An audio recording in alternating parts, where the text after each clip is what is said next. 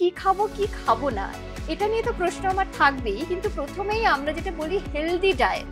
Healthy diet বলতে আমরা কি বুঝি? ব্যালেন্সড ডায়েট যার মধ্যে কার্বোহাইড্রেটসও থাকবে, প্রোটিনও থাকবে, ফ্যাটস অ্যান্ড অয়েলসও থাকবে, ভিটামিনস মিনারেলসও থাকবে আর জলও থাকবে। মোটামুটি যখন ডায়েট চার্ট প্ল্যান করেন তখন খাবারের থেকে মানে তালিকা থেকে প্রায় 90% খাবার বাদ দিয়ে দেন। এই যে যখন আমরা বাদ দিয়ে দিচ্ছি তাহলে সেটা তো শরীরের ক্ষতি করে। কিছু কিছু হয়তো ইন্ডিভিজুয়ালস আছেন যারা, যেটা আপনি এইমাত্র বললেন যে 90% বাদ করে দিল, অর্থাৎ বাকি 10% এমন খাবার দিল যেটা কোট আনকোট ক্র্যাশ ডায়েট হয়ে গেল।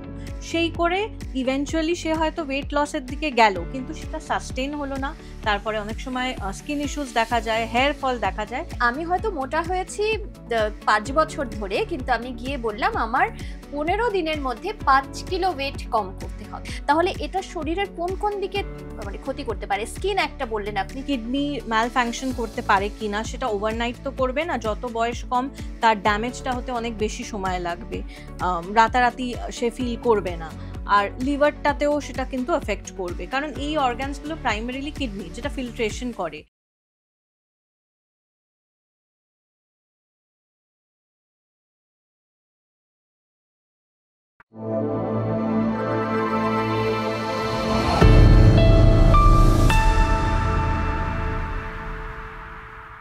সোশ্যাল মিডিয়ায় হাজারো টিপস, কিন্তু আমরা কনফিউজড। কি খাবো কি খাবো না সেটা বুঝতেই পারছি না। আবার অনেকে বলেন আমরা ভীষণ রকম ভাবে ডায়েটে রয়েছি, হেলদি ডায়েটে রয়েছি, এই কথাও শোনা যায়। কিন্তু ডায়েট কি হওয়া উচিত? হেলদি ডায়েট কাকে বলবো? নিজেরাই কি নিজেদের ডায়েট চার্ট তৈরি করতে পারি? সেটা কতটা ঠিক কতটা ভুল, এই সমস্ত বিষয় নিয়ে অনেক প্রশ্ন কিন্তু মনের মধ্যে সবসময় থাকে। তারই উত্তর খুঁজবো আজকে আমরা আমাদের এই পডকাস্ট ডেবি আনলিস্টে। আর এই উত্তর খোঁজায় যিনি আমাদের সহযোগিতা করবেন বা যিনি আমাদের উত্তর দেবেন, তিনি হলেন নিউট্রিশনিস্ট ডক্টর সুচরিতা সেনগুপ্ত। স্বাগত জানাই আপনাকে। নমস্কার। নমস্কার। এই যে প্রথমে যেটা দিয়ে শুরু করলাম, যে আজকাল সোশ্যাল মিডিয়া খুললেই এত টিপস পাই আমরা, এটা খাবেন না, এটা খেলে শরীরের এটা খারাপ হবে, এটা খান, সকালবেলা এইগুলো জুস খান, রস বা এই জলে ভিজিয়ে খান, এরকম বহু টিপস পাই। কিন্তু দেখা যায় যদি সকলের টিপস শুনতে যাই সকাল থেকে মানে 11টা বেজে যাবে শুধু দফায় দফায় জল খেতে গিয়ে। তো এই যে কি খাবো কি খাবো না এটা নিয়ে তো প্রশ্ন আমার থাকবেই, কিন্তু প্রথমেই আমরা যেটা বলি হেলদি ডায়েট। হেলদি ডায়েট বলতে আমরা কি বুঝছি? হেলদি ডায়েট বলতে বুঝি ব্যালেন্সড ডায়েট যার মধ্যে কার্বোহাইড্রেটসও থাকবে, প্রোটিনও থাকবে, ফ্যাটস অ্যান্ড অয়েলসও থাকবে, ভিটামিনস মিনারেলসও থাকবে আর জলও থাকবে। অর্থাৎ আমরা যে ছোটবেলা থেকে ফুড গ্রুপস নিয়ে পড়াশুনো করেছি, 5টা 6টা 7 রকম, তো প্রত্যেকটা কিছুই থাকবে তোমার ডায়েট মানে প্লেটে। এভরি মিল মানে ব্রেকফাস্ট লাঞ্চ ডিনার, এরকম না হয় লাঞ্চে আমি শুধু প্রোটিন খেলাম, ব্রেকফাস্টে আমি কার্বোহাইড্রেট খেলামই না, এরকম যাতে না হয়। তো ডায়েট বলতে ব্যালেন্সড ডায়েট বা হেলদি ডায়েট অ্যাডভাইস বলতে যেটা বোঝায় যে সবকটা ফুড গ্রুপসই তোমার প্লেটে থাকছে।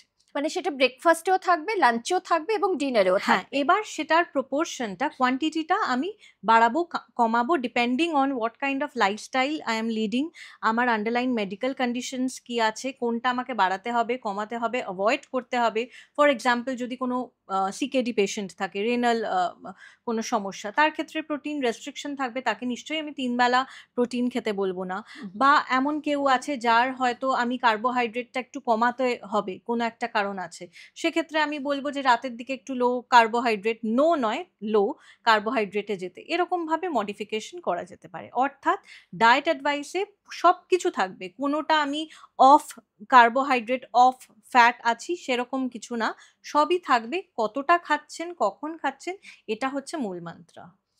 অনেক ক্ষেত্রে দেখা যায়, আমি নাম না করেই বলবো, অনেক ডায়েটিশিয়ানরা আছেন বা নিউট্রিশনিস্টরা আছেন, তারা মোটামুটি যখন ডায়েট চার্ট প্ল্যান করেন তখন খাবারের থেকে মানে তালিকা থেকে প্রায় 90% খাবার বাদ দিয়ে দেন। এরকম নিশ্চয়ই আপনিও এটা হ্যাঁ, শুনে হ্যাঁ, থাকবেন যে একদমই এরকম তাই। হয়। কিন্তু এটা যেটা আপনি বললেন যে হেলদি ডায়েট মানে সবকিছুই থাকবে, কিন্তু প্রপোর্শনটা সেই মানুষটার উপরে ডিপেন্ড করছে কতটা খাবেন। ডেফিনেটলি। এই যে যখন আমরা বাদ দিয়ে দিচ্ছি তাহলে সেটা তো শরীরের ক্ষতি করে। একদম, একদম। প্রথমে একজন পেশেন্ট যখন আমাদের কাছে আসে তিনি এই এক্সপেকটেশন নিয়ে আসে যে আমি অনেক দিন ধরে মোটা হয়েছি কিন্তু রোগা হব আমি মানে 1 সপ্তাহে মেবি, এরকম একটা ডেডলাইন নিয়ে আসে। হয় তার বিয়ে বা তাকে কোনো মডেলিং এ যেতে হবে, কোনো একটা ডেডলাইন নিয়ে আসে। তো এটা তাকে বুঝতে হবে যে আমি যেভাবে মোটা হয়েছি যতটা টাইম স্প্যানে, অ্যাটলিস্ট অতটা টাইম স্প্যান আমায় দিতে হবে।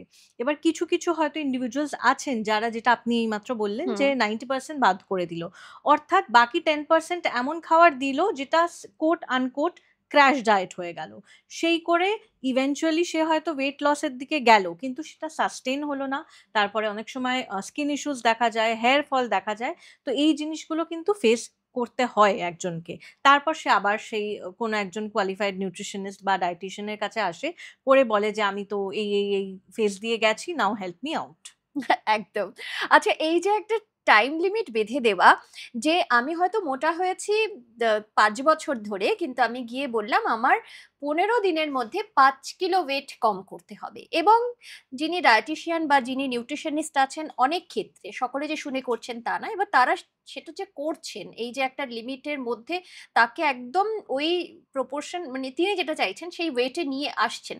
তাহলে এটা শরীরের কোন দিকে মানে ক্ষতি করতে পারে? স্কিন একটা বললেন আপনি, চুল একটা বললেন। এছাড়া কি অর্গানেও কোনো? এক্স্যাক্টলি, ইন্টারনাল অর্গানস যেটা লিভার আর কিডনিটাও কিন্তু ভালোভাবে জড়িত, যেই জন্য সবসময় আমি বলি যে বেশি বেশি প্রোটিন খাচ্ছেন, আপনার কোনো ধারণা নেই ইউরিক অ্যাসিড বেড়ে যাচ্ছে কিনা, আপনার কিডনি ম্যাল ফাংশন করতে পারে কিনা। সেটা ওভারনাইট তো করবে না, যত বয়স কম তার ড্যামেজটা হতে অনেক বেশি সময় লাগবে।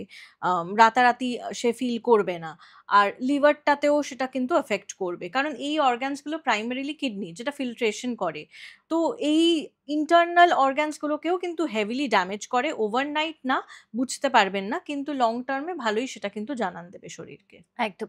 এই যে শুরুতেই বললেন যে কয়েকটা নির্দিষ্ট জিনিস আছে যেটা শরীরের জন্য দরকার। তার মধ্যে রয়েছে ভিটামিন, তার মধ্যে রয়েছে প্রোটিন এবং ফ্যাটের কথা বললেন, মিনারেলের কথা বললেন। আরেকটা আমি মিস করলাম, কার্বোহাইড্রেটস, হ্যাঁ, কার্বোহাইড্রেটের কথা বললেন এবং জল। একদম। আলাদা, আলাদা করে যদি বলি, প্রোটিনের কি ভূমিকা শরীরের জন্য? প্রোটিন হচ্ছে বিল্ডিং ব্লকস। আমাদের শরীরে বিভিন্ন সেলস আছে। তো বিল্ডিং ব্লকস মানে বাচ্চারা সেই ব্লক দিয়ে বাড়ি বানায়। তো হুম। প্রোটিনটাও আমাদের শরীরে হচ্ছে তাই।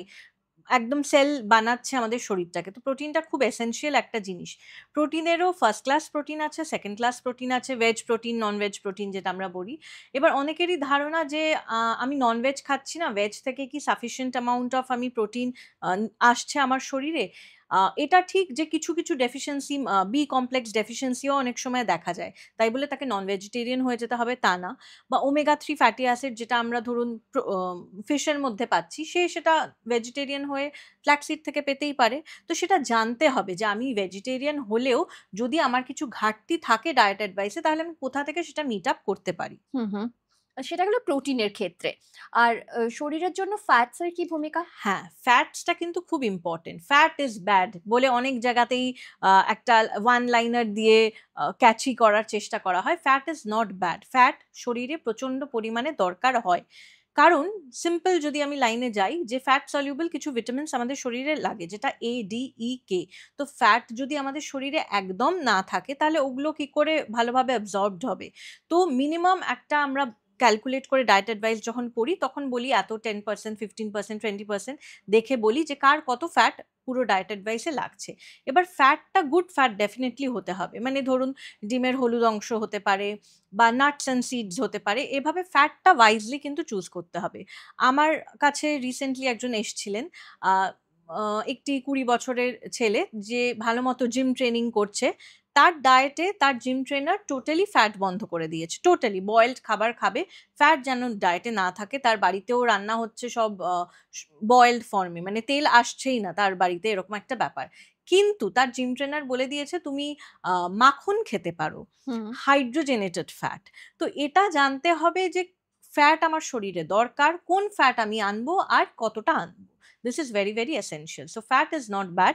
জানতে হবে আমাকে কোন ধরনের ফ্যাট আর কতটা ফ্যাট আমার ডায়েটে রাখতে হবে। এবং এটা বোধহয় প্রত্যেকটা মানুষের ক্ষেত্রে আলাদা, আলাদা হবে। একদম, একদম। মানে এমন নয় ডেফিনিটলি। যে আমি যেটা খেলাম আমার বাড়ির অন্যরাও সেটাই তাদের জন্য ভালো, সেটা কিন্তু নাও হতে একদম, পারে। একদম। আপনি টাইপ অফ অয়েলটা ডিপেন্ডিং অন কারোর যদি কিডনি ইস্যুস থাকে তখন আমরা সয়াবিন অয়েলটাকে রেস্ট্রিক্ট করতে বলি।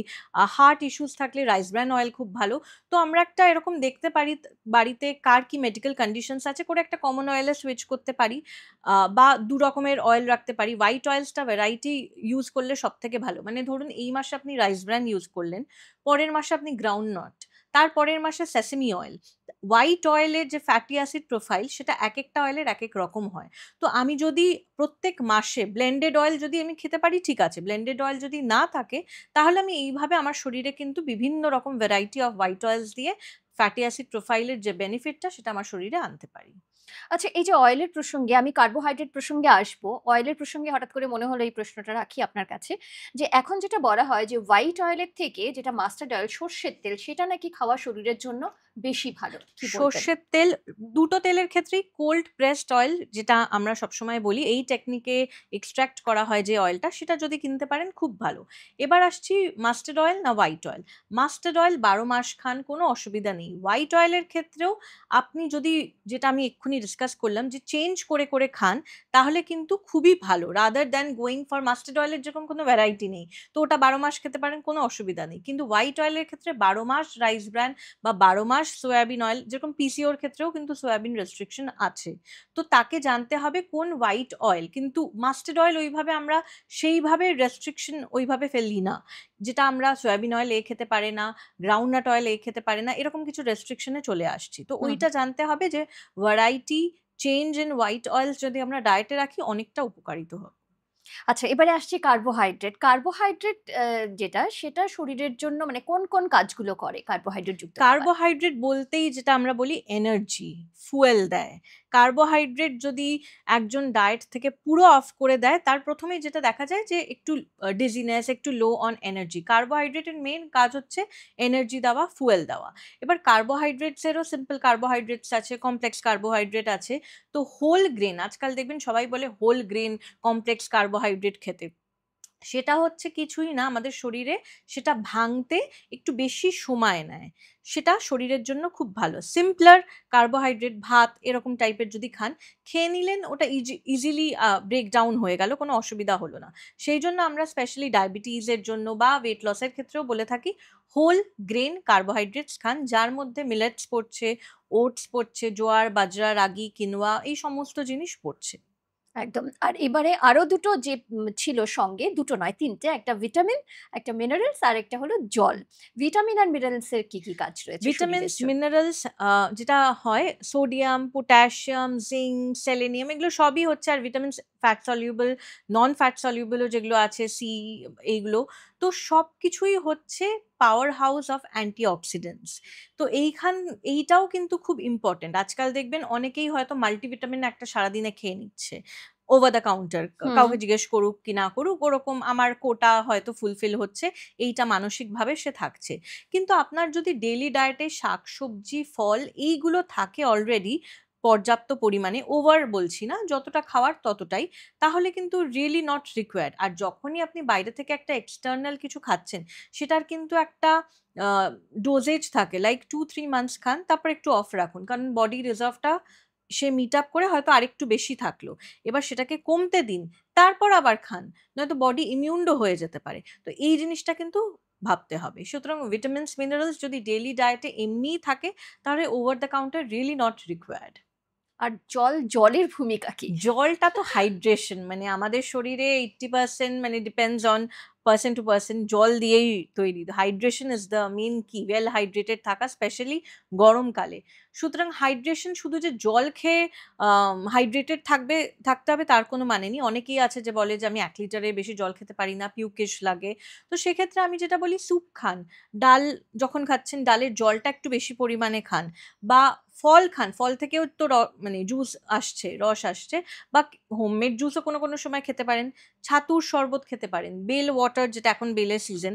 এইভাবে কিন্তু ফ্লুইড ওয়াটার যদি আমি নাও বলি, ফ্লুইড ইনটেকটাকে অনেকটাই কিন্তু বেরিয়ে আমরা বার করতে পারি আর কি। আচ্ছা, একজন সাধারণ মানে একজন যিনি একদম ঠিকঠাক নরমাল মানুষ, যার তেমন কোনো শারীরিক সমস্যা নেই, বিশেষ করে কিডনির সমস্যা নেই বা অন্য কোনো শারীরিক সমস্যা নেই যেখানে জলটার রেস্ট্রিকশন থাকে। সেরকম মানুষের কত লিটার জল খাওয়া উচিত নরমালি? 2 to 3 রাদার 2.5, আমি যদি একদম অ্যাভারেজ বলি 2.5 লিটার জল খাওয়া উচিত। এবার কারুর বডি ডিমান্ড এতটাই হয়, আমার কিছু পেশেন্টস এর ক্ষেত্রেই দেখেছি যারা বলে যে আমার 5-6 লিটার খেতে লাগে, নয়তো আমি পারি না। এমন না আমাকে কেউ বলছে, but I need that 5 to 6 litres of water. তো সেক্ষেত্রে সে খাবে যদি তার বডি ডিমান্ড করে। তাতে কোনো নেগেটিভ কিছু হবে না। না, তার যদি বডি ডিমান্ড তাই হয়, কারণ তার সোয়েটিং এ অনেকটা বেরিয়ে যাচ্ছে। তার হয়তো ওই ওয়াটার যে ইভাপোরেশন করে, মানে আমাদের তো জল শরীরে অনেকভাবে বেরিয়ে যায়, সেই রেটটা হয়তো অনেক বেশি তার ক্ষেত্রে। সেই জন্য তার ওই নিডটাও সে ইন্টারনালি ফিল করছে যে আমাকে হাইড্রেটেড থাকতে হবে। সেক্ষেত্রে ঠিক আছে।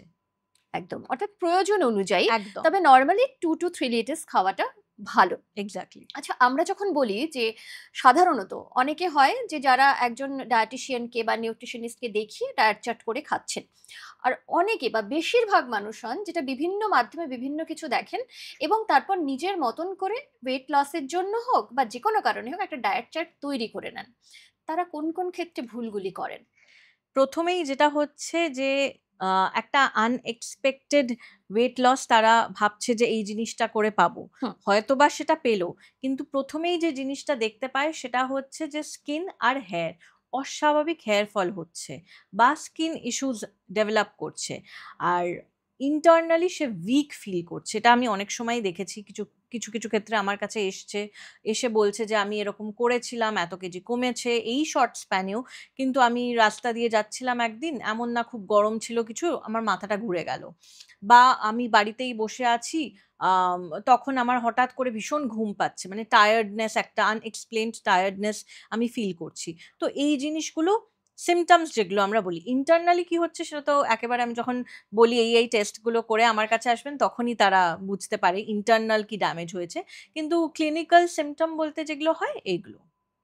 একদম। মানে সেখানে আমরা ভুল তো করছি। ডেফিনিটলি। এবার অলওয়েজ মানে আমি জানি না, আপনি বোধহয় এটাই সাজেস্ট করবেন যে, যেকোনো একজন এর কাছে গিয়ে কনসালটেন্সি নিয়ে নেওয়া ভালো। এরকম কোনো অ্যাবসলিউটলি, ডায়েট চার্ট করার আগে। অ্যাবসলিউটলি। কারণ আমিও যদি কোথাও কখনো আমারও টকে শুনে থাকেন, এই খাবেন, সেই খাবেন, সেটা কিন্তু একটা জেনারেলিস্টিক টক হয়। হুম, হুম। এবার আমি যদি সিকেডি নিয়েও বলি, একটা স্পেসিফিক কন্ডিশন, সেখানেও ক্রিয়েটিনিন 2 এক রকমের ডায়েট অ্যাডভাইস, ক্রিয়েটিনিন 7-8 এক রকমের ডায়েট অ্যাডভাইস, ডায়ালিসিসে আরেক রকম ডায়েট অ্যাডভাইস। সুতরাং এমন না যে কারুর একটা এমনি জেনারেলিস্টিক কথা শুনে আপনি কিছু ইউটিউব ভিডিওস ইনকর্পোরেট করে আপনি নিজে একটা মডিফাইড ডায়েট অ্যাডভাইস তৈরি করে ফেললেন। তারপর সেটায় ফল পেয়ে আপনি নিজেও একজন স্পিকার হয়ে কাউকে হয়তো বললেন যে আমি ফল পেয়েছি, এটা করা যেতে পারে। একদম। এই স্পিকার হয়ে বলার প্রসঙ্গে আমার একটা কোয়েশ্চেন আপনার কাছে থাকবে এটা। আমি জানি না কোয়েশ্চেনটা কতটা কন্ট্রোভার্সিয়াল হবে না হবে। এখন অনেক রকমের ক্র্যাশ কোর্স হয়েছে। সেটা 3 মান্থস এর হতে পারে, 6 মান্থস এর হতে পারে বা মোর দ্যান দ্যাট, এবং সেই সমস্ত কোর্স করে অনেকেই কিন্তু বিভিন্ন রকম রেমেডি বিশেষ করে সোশ্যাল মিডিয়ায় তারা দিচ্ছেন এবং তারা হয়তো ওই 6 মান্থস এর বা ১ বছরের কোর্সটা করে কনসালটেন্ট নিউট্রিশনিস্ট এর একটা আ সার্টিফিকেটও পেয়ে গেছেন। এবার তারা যখন মানে এটা তো এমন নয় যে আজকে আমি একটা বই পড়লাম এবং আমি বিষয়টা নিয়ে সবটা জেনে গেলাম। এটা তো একটা দীর্ঘদিনের কোর্স আছে, তারপরে অভিজ্ঞতা আছে। এই যে বিভিন্ন মাধ্যমে তাহলে আমরা দেখছি যেগুলো, সেগুলো কি তাহলে আমরা দেখব না? নাকি দেখে নিজের মতন করে নেব? নাকি সত্যিই কিছু করার আগে আরেকবার ভাববো? দেখুন, ফরেন ল্যাঙ্গুয়েজ শিখতে গেলে আমরা একটা ক্র্যাশ কোর্স করি। সেটা 3 ঠিক। মান্থস এর হয়, 6 মান্থস এর হয়। অনেক সময় ডিপ্লোমা টাইপের ১ বছরও হয়ে যেতে পারে। কিন্তু ফরেন ল্যাঙ্গুয়েজটা ফরেন ল্যাঙ্গুয়েজই থেকে যায়। মানে you can't become an expert on that. হ্যাঁ, আপনি বলে দিতে পারবেন স্প্যানিশ, জার্মান কথা। কিন্তু পুরো ১ ঘন্টা সেটা নিয়ে কথা বলতে গেলে যেই এক্সপার্টিসটা দরকার হয় সেটা ডেভেলপ করতে পারবেন না। সিমিলারলি ৩ মাস ৬ মাস যেটা বলছেন আপনি, হ্যাঁ, হচ্ছে দেখছি তাই। এটা নিয়ে করে ডেফিনিটলি একটা ওভারভিউ, একটা আইডিয়া আপনি যদি ইন্টারেস্ট থাকে এই সাবজেক্টে, ফুড, হেলথ, ডায়েট, সেটার উপর নিশ্চয়ই ডেভেলপ করতে পারেন ৩ মাস ৬ মাসের কোর্স করে। কিন্তু এটা নিয়ে কিন্তু আপনার পক্ষে কিছুতেই সম্ভব না একটা কাউকে কোনো টক দেওয়া, কোনো এটা নিয়ে ইন ডিটেল কথা বলা, ইন ডেপথে যাওয়া। কারণ সেটা সম্ভবই না ৩ মাস, ৬ মাস, ১ বছরে। কারণ আমাদের যেটা থাকে যে 11-12 সায়েন্স নিয়ে পড়াশোনা করলো, 3 ইয়ার্স গ্র্যাজুয়েশন, নেক্সট 2 ইয়ার্স সে মাস্টার্স করলো বা হসপিটালে ইন্টার্নশিপ করলো, এক্সপেরিয়েন্স কাউন্টেড হলো, ইন্টার্নশিপ কাউন্টেড হলো। তারপর কেউ সেই ফিল্ডে ডক্টরেট করলো বা এমনি অনেক সার্টিফিকেশন কোর্স আফটার দ্যাট সে করলো। যেটা করতে গেলেও কিন্তু লাগে যে এডুকেশনাল কোয়ালিফিকেশন হচ্ছে গ্র্যাজুয়েট বা পোস্ট গ্র্যাজুয়েট, শুধু ক্লাস 12 পাস বা ওরকম কিছু না। সুতরাং সেটা can't be equivalent to a মিয়ার 3 মান্থস বা 6 মান্থস এক্স্যাক্টলি, কোর্স। একদম। আচ্ছা, এবারে ফিরে আসি আবার আমাদের ডায়েট প্রসঙ্গে। বিভিন্ন রকম ডায়েটের কথা আমরা এখন মার্কেটে শুনি। তার ১ম টা যেটা জিজ্ঞেস করব, কেটো ডায়েট। এটা কতটা ঠিক কিটো বা ভুল? ডায়েট বা মেডিটেরিয়ান ডায়েট বা ইন্টারমিটেন্ট ফাস্টিং, মানে এই যে হ্যাঁ, প্রত্যেকটাতেই আমি হ্যাঁ, আসবো। স্পেসিফিক ডায়েট যেগুলো আমি বলি, সেগুলো হচ্ছে শর্ট টার্ম অ্যাচিভেবল। অর্থাৎ ১ম এ জানতে হবে যে আমি সুটেবল কিনা ওই ডায়েটটার জন্য। আমার বডি নিতে পারবে কিনা। আমার যদি হাজারো একটা সমস্যা থাকে, তখন এই স্পেশালাইজড ডায়েট আমার ক্ষেত্রে কাজ নাও করতে পারে। তো ফার্স্ট জানতে হবে whether I am suitable to take this diet or not. Keto diet মানেই হচ্ছে ডায়েটে একটু ফ্যাটের পরিমাণটা বেশি থাকা। এবার সেই ফ্যাটটা অনেকেই আমার কাছে এসে বলে যে আমি না কিটো ডায়েট ফলো করব। তারা আসেই জেনে যে তার জন্য কিটো ডায়েট বা আইএফ দরকার। এসে রীতিমতো আমাকেই বলে যে আমাকে না এই ডায়েটটা দিন। তখন আমার কোয়েশ্চেন এটাই থাকে, আপনি জানেন যে আপনার এই ডায়েটটা লাগবে? না আমি বেশি ফ্যাট খেতে পারবো, বেশ মাখন, চিজ আমি খুব খেতে ভালোবাসি তো। তো ওইটা দিয়ে আমার পেট ভরে যাবে। মানে তাদের লজিক হচ্ছে আচ্ছা কিটো মানে ফ্যাট খাওয়া, মাখন, চিজ এইসব বোধহয় ডায়েটে থাকবে। আমি এটা খেয়ে রোগা হয়ে যেতে পারবো বা সো কল্ড যাই হোক। তো আমি যেটা বলব যে কিটো ডায়েট নিশ্চয়ই কয়েকজনকে অ্যাডভাইস করা যেতে পারে। কিন্তু ১ম এ জানতে হবে যে আমার শরীর সেটা নিতে পারবে কিনা, ওটায় কাজ হবে কিনা। কিটো ডায়েট করে উল্টো কিছু হয়ে যেতেই পারে। হুম, তো হুম। First thing is whether my body is adjusted to that kind of diet, সেটা দেখতে হবে। সেকেন্ড হচ্ছে এইগুলো কোনোটাই ১২ মাস ফলো করার মতো না। এগুলো হচ্ছে শর্ট টার্ম। ২ মাস, ৩ মাস ডিপেন্ড করে যে আমি কতদিন ফলো করব, কতদিনে কি অ্যাচিভ করলাম। তারপর I can get back to my normal healthy balanced diet. হুম, হুম। তো এই কিটো ডায়েট সম্বন্ধে হচ্ছে এই জিনিসটা বলা যেতে পারে। আর ইন্টারমিটেন্ট ফাস্টিং? ইন্টারমিটেন্ট ফাস্টিংটা হচ্ছে ১৬ ঘন্টা ফাস্টিং, কেউ ১২ ঘন্টাও করে, ওটা ডিপেন্ড করে। বাট ইন জেনারেল 16:8 আমরা বলে থাকি। তো ১৬ ঘন্টা ফাস্টিং আর ৮ ঘন্টা খাওয়া। এবার ৮ ঘন্টা খাওয়া মানে প্রত্যেক ঘন্টায় যে খাওয়া তা না। ৮ ঘন্টা হচ্ছে ইটিং উইন্ডো। এবার এর মধ্যে ২ টো মেজর মিল হতে পারে, ২ টো স্মল স্ন্যাক হতে পারে। ডিপেন্ড করছে তাকে আমরা কিভাবে খাবারটা ডিভাইড করব। এবার অনেকের ধারণা হচ্ছে আমি ১৬ ঘন্টার মধ্যে ১২ ঘন্টা ঘুমিয়ে কাটিয়ে দেবো, আমার তো খিদেই পাবে না।